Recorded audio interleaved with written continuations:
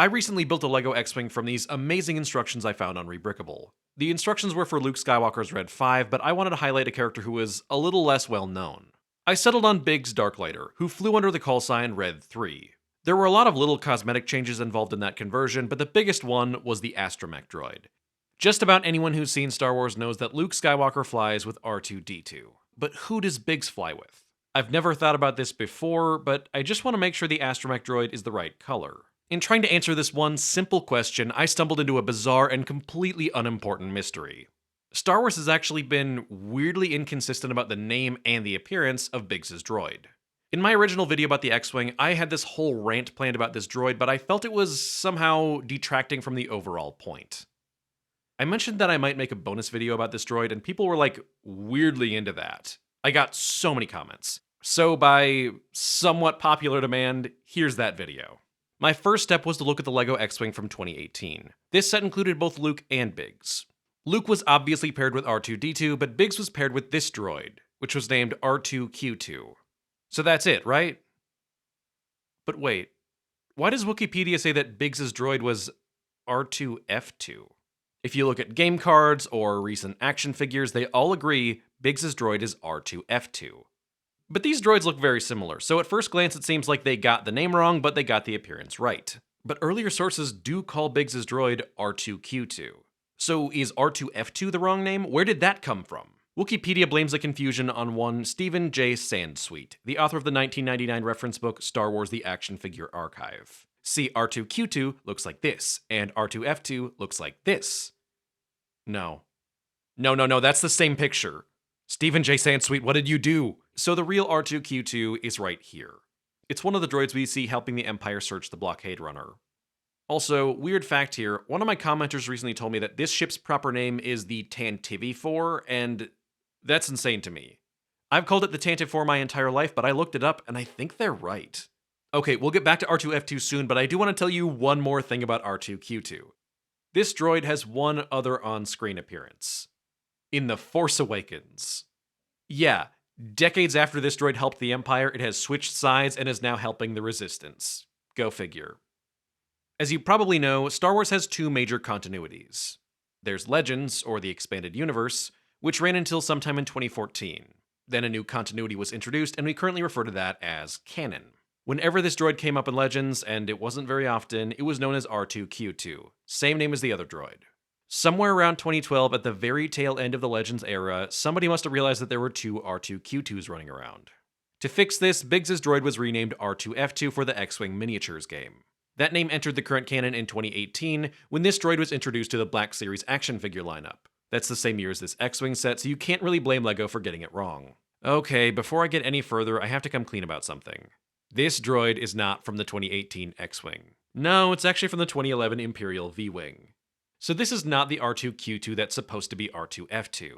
If you compare the two, they are slightly different.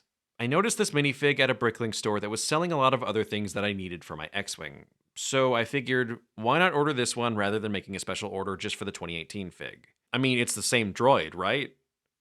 Look, it's close enough. It's not even a real character, it's just a droid that was made up to sell toys. I should move on with my life, I have better things to do. I mean, technically it's Q2, but Q2 and F2 are virtually identical, right? This is what R2-F2 looks like. Isn't it? I looked through every shot where Biggs is in the cockpit, frame by frame, and as far as I can tell, Biggs' droid is never visible in the movie. We can assume that he has one like the other X-Wing pilots do, but we don't actually see it. So did somebody at Lucasfilm just randomly take a picture of the wrong droid and put it on a card, and then that card was turned into an action figure, and then it became canon? Is that what happened? Okay, forget the movie. Real Star Wars fans don't even care about the movies. They obsess over comic books that haven't been canon for over a decade. Biggs' droid did technically appear in the 1977 comic adaptation of the original movie, but you really can't tell what's going on here. It appeared in Rogue Squadron number 26, but that's also not much help.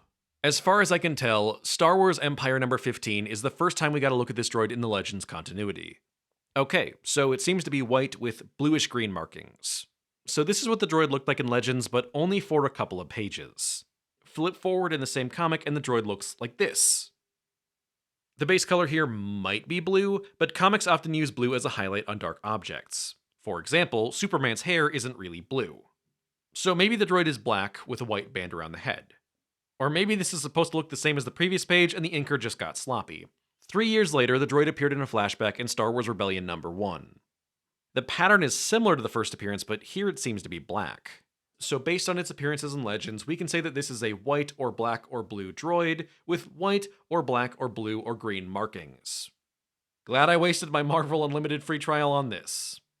The current canon is more consistent, at least in the fact that F2 doesn't really appear anywhere. I did find this insane comic where Biggs and Porkins go on a vacation, so at least now I know what Biggs looks like in a Speedo. Its one possible appearance in canon is an online exclusive animated short. A background appearance of an unnamed droid based on an action figure in an animated short of ambiguous continuity is not the positive idea I was looking for. Maybe the behind the scenes material will be more helpful. So, what I've got here is a screen used Red 3 model. And if I switch to a closer shot, maybe we can get a better look. It's R2D2. Yeah, so it turns out the ILM model makers did not make unique droids for each of these models. Most of them just use R2D2. It makes sense though. They had to race to get the effects work done on time, and they really didn't have time to be intricately painting each little droid. What that means is that none of the exterior shots of the X-Wing are any help to us. If we could freeze frame this in 8K, we would just see R2D2. I've got good news and I've got bad news for you. There's at least one other model of Red 3, but it makes this so much more confusing. Alright, 3 stripes on the wings, that means it's Red 3. Well, kind of. As one of my commenters helpfully pointed out on my last video, there was at least one duplicate made of most of the X-Wings. That's because the crew needed what they called pyro models. A pyro model is pretty much exactly what it sounds like. You set it on fire or blow it up.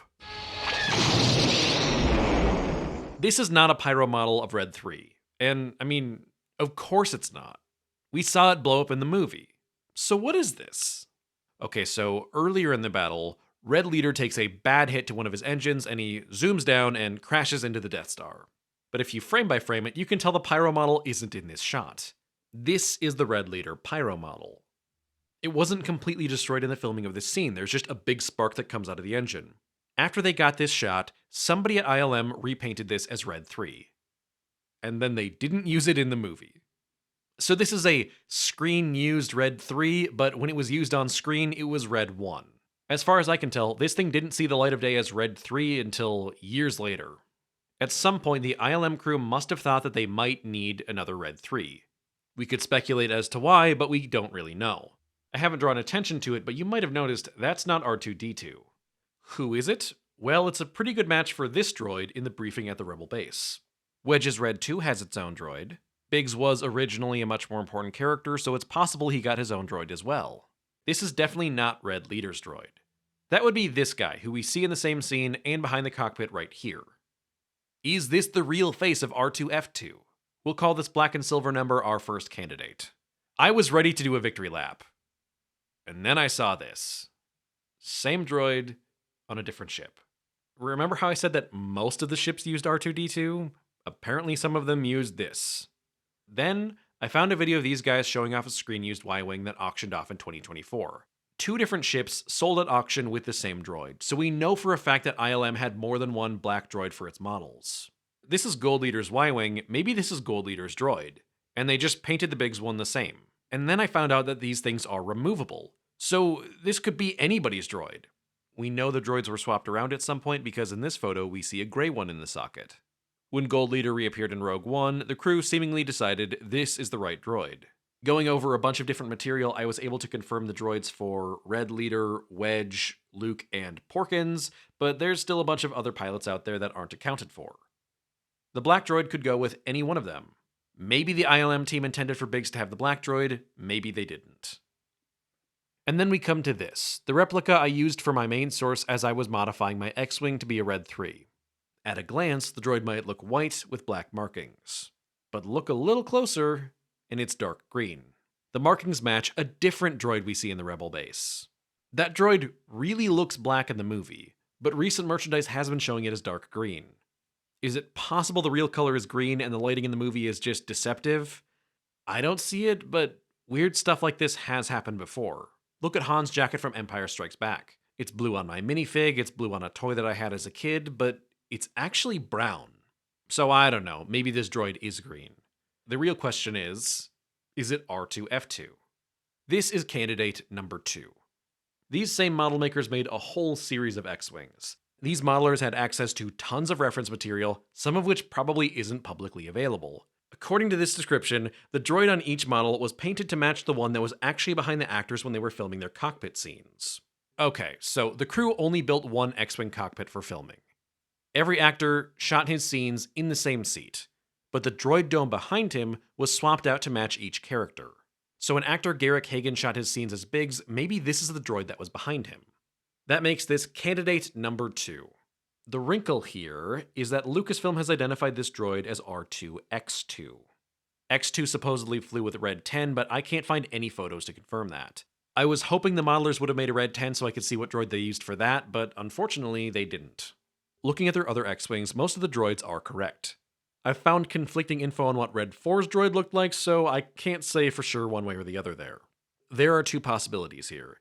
Either the modelers really saw a photo with Garrick Hagan and this droid, and Lucasfilm is wrong in calling it R2-X2.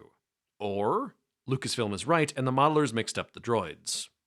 So there's a photo of Biggs Darklighter on StarWars.com that shows a teeny tiny little hint of the droid. It's like they cropped it out just to torment me. But there's another version of this photo. This photo was available at some events where Garrick Hagan was doing autographs. Most copies out there are of very low quality, but some of them are actually legible. The lighting isn't perfect, but it looks familiar. So horribly familiar. My breakthrough finally came through an unlikely source, Stephen J. Sansweet. Wikipedia claimed that he conflated Biggs' droid with R2-Q2, a totally separate droid. That's technically accurate, but once I looked at the actual book itself, I realized they were overlooking the point he was making. Sansweet's book gives us another photo of this droid. In the caption, he names it R2-Q2 and states it was also seen in the Blockade Runner corridor. I don't think he's talking about the fictional droid R2-Q2. I think Stephen J. Sansweet is trying to tell us that the R2-Q2 prop was repurposed as the droid behind Biggs, R2-F2. What if the production team just pried off the dome and slapped it on the X-Wing? Why would they design a droid from scratch if it might not even be visible in the final movie? That's just a waste of time. Who cares what Biggs' droid looks like anyway? It's not like some freak is going to make a video about this 50 years later. They thought they could just reuse the same droid and nobody would notice. Well, Stephen J. Sansweet noticed, and Wikipedia owes him an apology. My understanding is that the Blockade Runner interiors are some of the last scenes shot in the movie. I'm thinking the cockpit scenes might have been filmed before that, but I can't say for sure. Can anybody clear this up for me?